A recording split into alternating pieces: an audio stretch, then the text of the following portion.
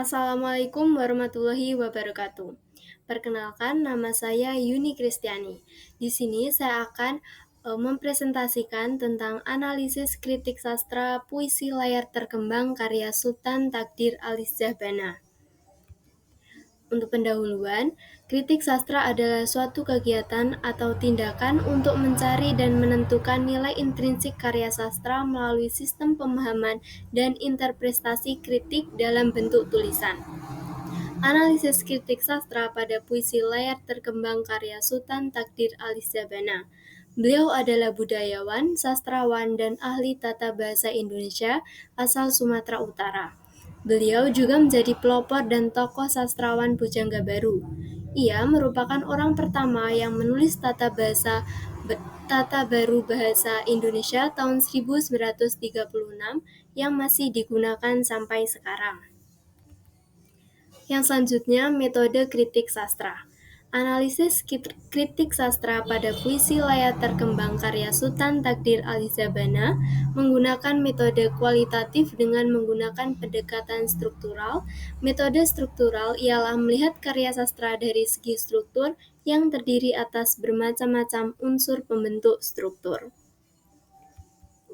Kemudian ada pembahasan.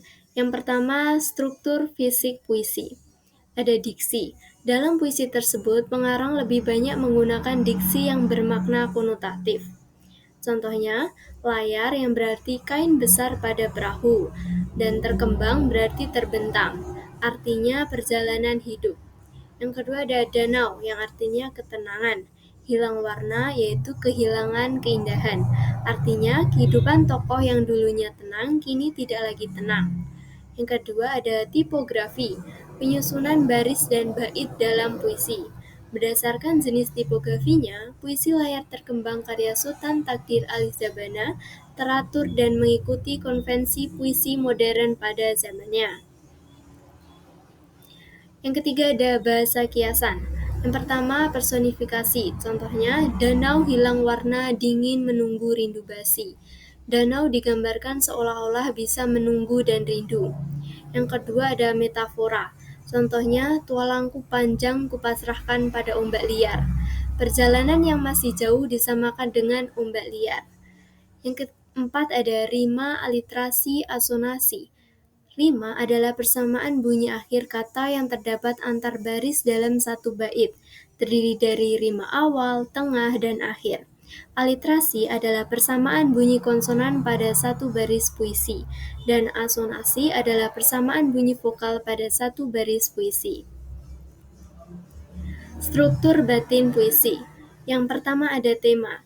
Tema dalam puisi ini adalah perjalanan hidup yang penuh tantangan, ketidakpastian, kerinduan, dan pencarian makna. Layar yang terkembang juga menggambarkan semangat dan tekad untuk mencari makna dan tujuan dalam hidup. Yang kedua ada perasaan. Puisi ini menggambarkan perasaan yang tidak stabil, hampir menyerah, dan kerinduan. Dan aku terus hanyut tanpa ada yang menjamin kepergian itu untuk kembali. Lirik ini menggambarkan kepasrahan diri.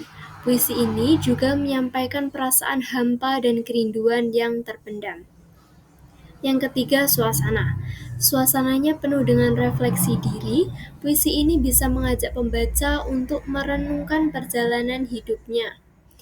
Yang keempat ada amanat.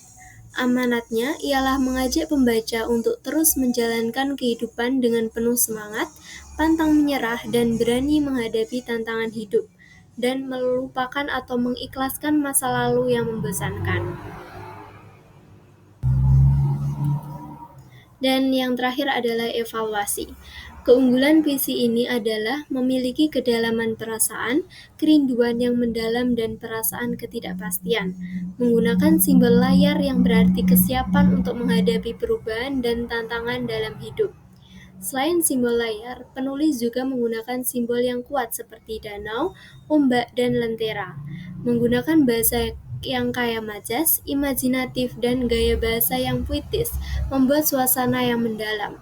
Meskipun puisi ini ditulis saat era Pujangga Baru, tapi isi puisi ini masih relevan untuk era modern untuk merenungkan kehidupannya. Dan ada juga kelemahan puisi ini ialah ambiguitas makna.